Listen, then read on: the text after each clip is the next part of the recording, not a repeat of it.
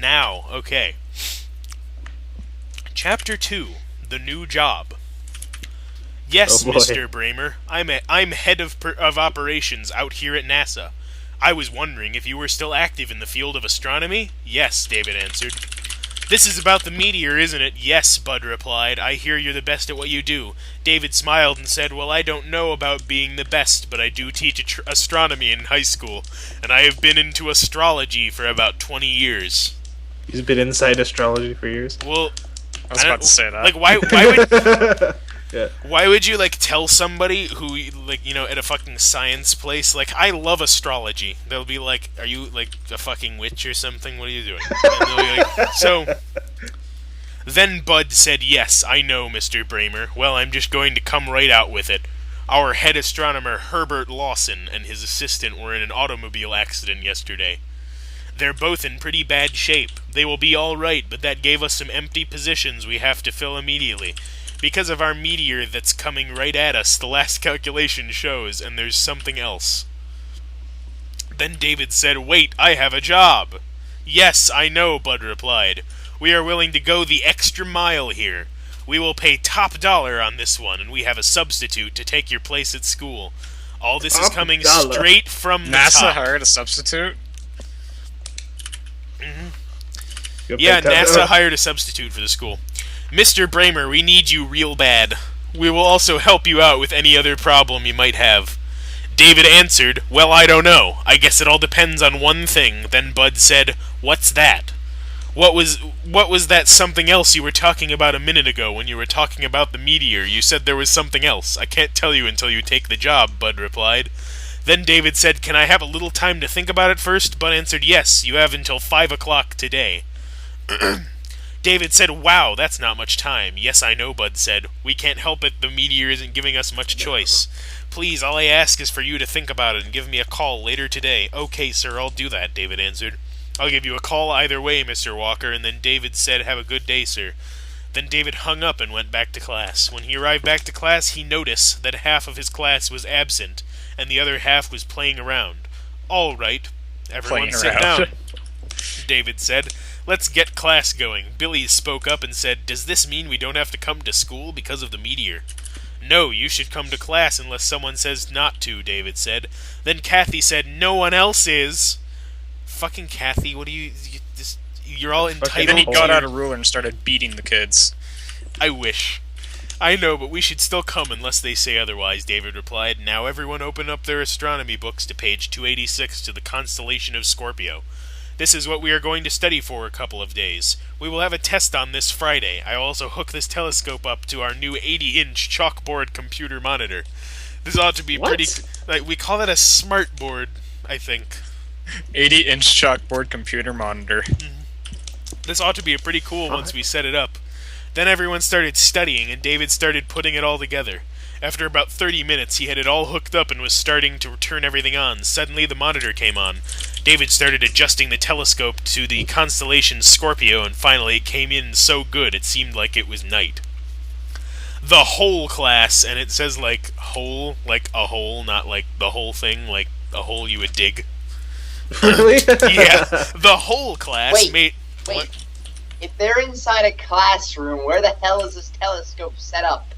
It's hooked up to a chalkboard. Yeah, it's hooked up to a giant 80-inch chalkboard monitor magic thing. I mean, the telescope... Chalkboard monitor. Just wait for it, The whole class made a wow sound, and then they all said about the same time, cool. At that point, David knew he had a hit. Then he told Billy to turn out the classroom lights. They could see the meteor as clear as nighttime. Also, everyone shouted out, there it is, wow. Look at that picture. David said, that's pretty good high definition. It's so clear. The whole class at the same time said, yeah. The meteor is coming from the end of the tail section, where the stinger is in the constellation of Scorpio. I just want to point out that it's 2800 and they're just now getting HD into No, it's the classroom. It's 2048. 2048. That's still pretty... But yeah. That's Yeah. 4 decades. Not Yeah. too big a deal. Then Kathy said, Mr. Bramer, how's the high definition come in so good? It's broad daylight. This is one of the latest telescopes out, David said. When you use it in the daytime, it mixes with our Hubble 7 satellite telescope in space. That's how it zooms in so close and so clear. That is a good picture, and it looks so close. This is better than I thought. Wait a minute, that's not coming from Lambda Scorpio off the Stinger. That's coming from Antares region, but that's over 135 million light years away. There's no way that could get here in 178 days. I wonder who did the calculations on that. Boy, they do need help. Wait a minute. I should be able to calculate the speed thanks to my new telescope called Zeus. Then David said, Zeus, can you locate and lock in on the meteor that is moving told us at a high rate of speed? It says told instead of toward. Yeah. That is moving told us at a high rate of speed in the constellation of Scorpio. And then it has the parentheses with Zeus in it, to show that Zeus is talking. Affirmative. Located. Cool, the whole class said out loud again. You could see Zeus zoom in on the meteor. Then David said, Zeus, can you calculate the speed and size of the meteor coming from the Antares star system? Coming to our solar system? Affirmative. 1 moment, please. Meteor is coming approximately 182,000 kilometers an hour and increasing speed 5,005 kilometers every 24 hours. Meteor is 10 kilometers in diameter. Wow, the class sounded out. That is one fast meteor. Yeah. That is too fast. David asked Zeus how long before the meteor enters our solar system. Zeus says, Meteor will be entering into your solar system in approximately 204 days, 6 hours, 22 minutes, and 44 seconds. Wow, the class sounded out. Billy looks at David and yelled out, Ask Zeus if the meteor is going to hit Earth. David thought about it for a moment and said, Maybe I shouldn't. The whole class yells out, Why not? Billy tells David, Hey, Professor, we are all in this together. It's not that simple, Billy, David replied. This computer could be off. The computer could be off. I just hooked it up. And that is the end of Chapter 2. Oh, that was it. Okay. Is this like his personal fantasy? Is this whole book yes. just, This whole book is his personal fantasy. I thought you got that by now.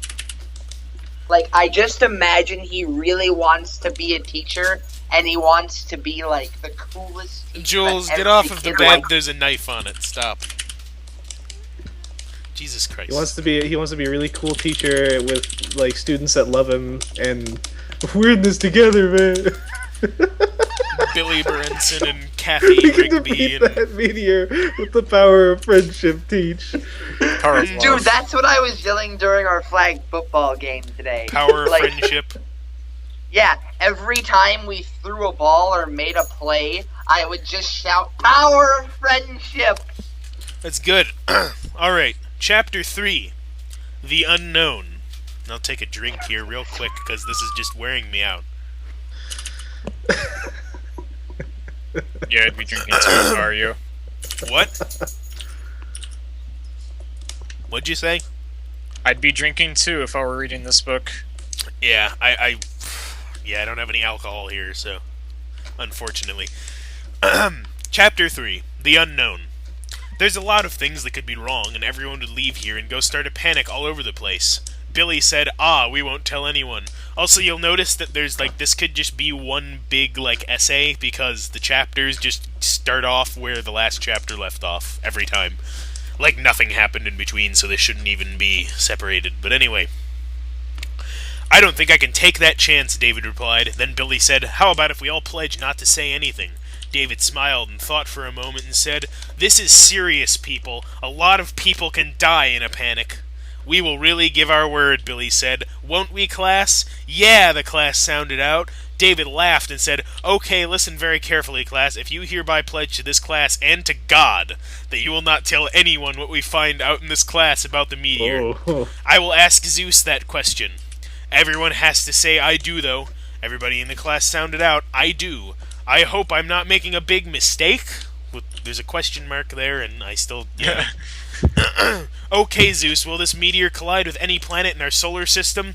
Computer, negative. There is a 94% possibility that it will collide with your star. So... Oh no, yeah, it's gonna hit the sun. Yeah, it's gonna go into the sun.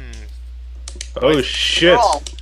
The whole class went silent. Then David said, Remember, people, I just hooked this up, so it may not be accurate. Zeus, is there a chance that it won't hit our sun? Affirmative, there is a 6% chance that... It just told you that there was a chance that it wouldn't. It said 94%. It said the same thing. Wasn't that it would? Yeah, it said 94... He retconned it in the same paragraph. No, he said 94% possibility that it will. And then he asked if there's a chance that it won't. And it said yes, a 6% chance, because it already fucking said there was a chance it wouldn't hit. But anyway, Zeus, do a system check. Affirmative, Zeus is now doing a system check. A 30-second pause. System check complete. Zeus is functioning at 100% effectiveness. The class went silent again, and then the bell rang. Remember, class, don't say anything about what you've heard, David said. People can die panicking. You took a pledge. Billy answered, don't worry, Professor, we won't say anything. Then David said, okay, I'm going to trust you then. There's still a big chance that it won't hit anything. What would happen if he didn't trust them? Would he kill them or something?